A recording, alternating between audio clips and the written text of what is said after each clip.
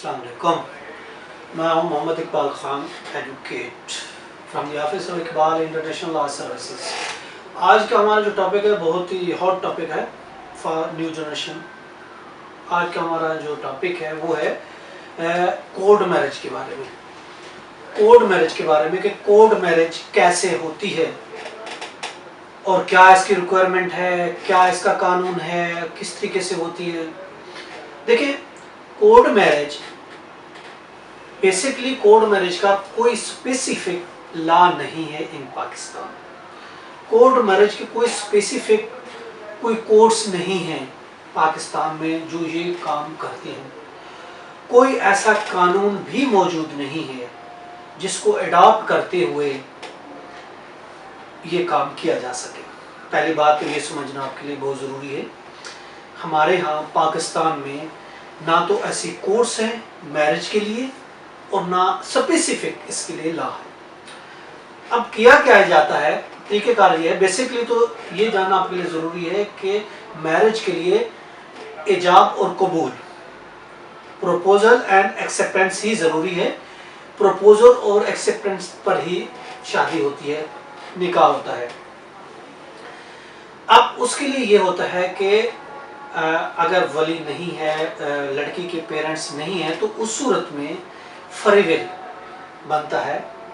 Free will यानी लड़की का एक एफिडेविट होता है जो इस चीज़ को शो करता है कि वो अंडर द लॉ नहीं है, वो लॉ के मुताबिक मेजर है और वो कॉम्पिटेंट है अपनी मर्जी से, without any coercion, without any pressure और without any influence and without use of any intoxicant, किसी भी नशा, किसी भी दबाव, किसी भी किस्म के कोर्शन की वजह से, दबाव की वजह से, ज़बरदस्ती की वजह से नहीं, बल्कि अपनी मर्जी से वो कोर्ट में आई है और फ्री विल।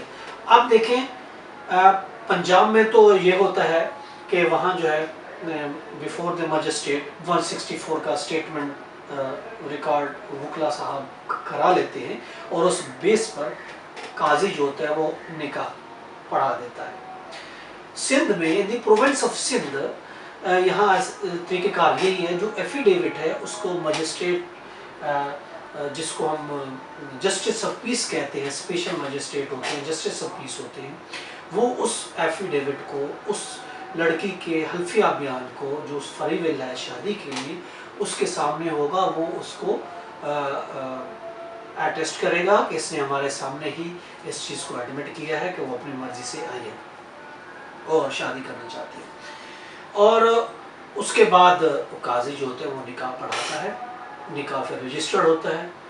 अब उसके बाद जो है फिर मुख्तलिफ वकला जो है, फॉर एग्जांपल पंजाब में या यहाँ पे भी, अगर फिर भी कोई मसला होता है तो हरासमेंट की पिटीशन आना या एक प्राइवेट कंप्लेंट फाइल करते हैं मजिस्ट्रेट के पास, वहाँ उसका 164 का स्टेटमेंट ले लिया जाता है और उस बेस पर उसको जो है फर्जी एक को केस बना के फाइल किया जाता है, इस्तिहासा कंप्लेंट फाइल की जाती है और उसमें लड़की का 164 स्टेटमेंट होता है। उसके बाद वो शादी करा देते हैं, निकाह पढ़ा देते हैं। हमारे यहाँ ऐसा होता है कि जस्टिस ऑफ पीस स्पेशल जो मजिस्ट्रेट है उसको अरेस्ट करते हैं और उसके बाद निकाह किया जाता है। अब इस चीज़ के लिए क्या ज़रूर देखें, मेजॉरिटी एक्ट के तहत लड़की की 16 साल और जबकि उसकी लड़के की 18 साल है, तो they are obliged to be enter into any contract के बेस पर वो शादी कर सकते हैं।